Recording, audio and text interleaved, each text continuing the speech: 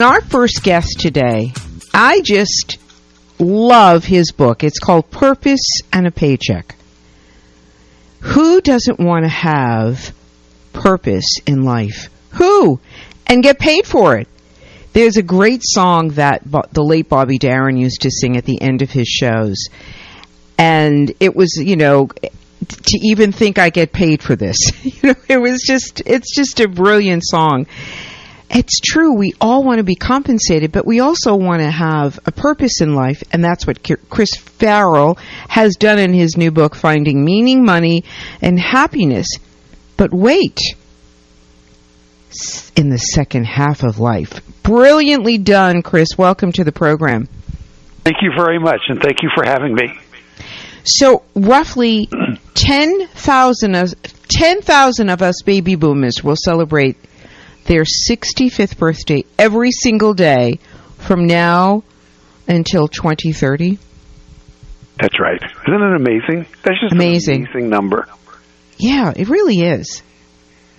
So I love this book. I love it on a good day, but I love it that it's designed for us as we get older. So share a little bit about the research and the work that you've compiled in the book, Purpose and a Paycheck. So a big motivation behind this book, and I'm sure you've run across this, there are all kinds of stereotypes about people as they get older. And they're stuck in their ways. They don't want to learn new technologies. They're not creative. They're not productive. And, underlying this conversation is this sort of fundamental belief that as with the aging of the population, we're just going to have too few young people supporting too many dependent elderlies, and isn't this terrible? And the thing is, there is so much research, and if people just take a moment to think about it, that people in their 60s are often more creative than they were in their 20s and 30s. In their 70s, they're more creative than they were in their 60s. They are productive. They're healthier. They're better educated than before. They don't want to learn new technologies. I don't know about you, but my first office job, I used to be a merchant seaman. That was my first job. But my first office job, I had an IBM Selectric typewriter. And what was so exciting was that if you typed one line and made a mistake and didn't hit enter, you could backtrack and erase your line. Now, think about it. We started with that. You go to word processing. You go to PCs. You go to smartphones, tablets, the whole thing. People have learned technology throughout their lives. And so I did research looking into what is really going on here. And the story is an aging population is our most underappreciated asset. Amen. It's true, though, because the brain works differently as we get older. And let's face it, there is absolutely a lot to be said for experience. Yes. Experiential learning is so powerful. And there's this expression, connect the dots.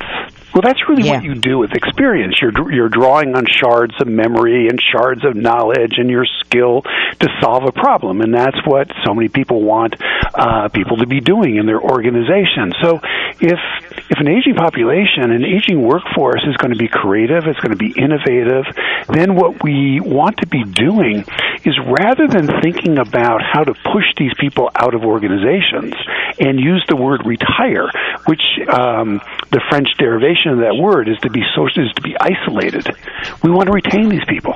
We want to keep them on the payroll. And we want to, in the best sense of this word, if you're a manager, you want to exploit them. I love it. I love it.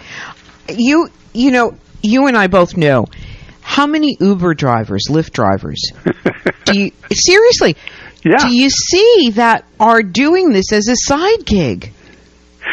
And what is really interesting about this, with the Uber driver, the gig work, if you're young and you're starting a family, boy, there's some real issues there about health insurance, about retirement savings, all kinds of things. But if you're on Medicare and Social Security and you're supplementing your income and you're off being an Uber driver, it's flexible. I was interviewed this Uber driver, 73 years old, and she's in the book.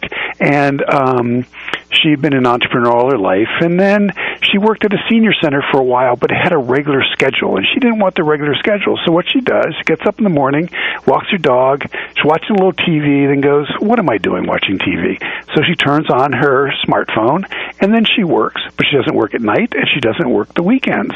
And you go, this is incredible. And the money pays for her to be with her daughter for a month in Arizona, and then 3 of her friends, they go to Europe for 2 or 3 weeks every year. Yes, I love it. I love it.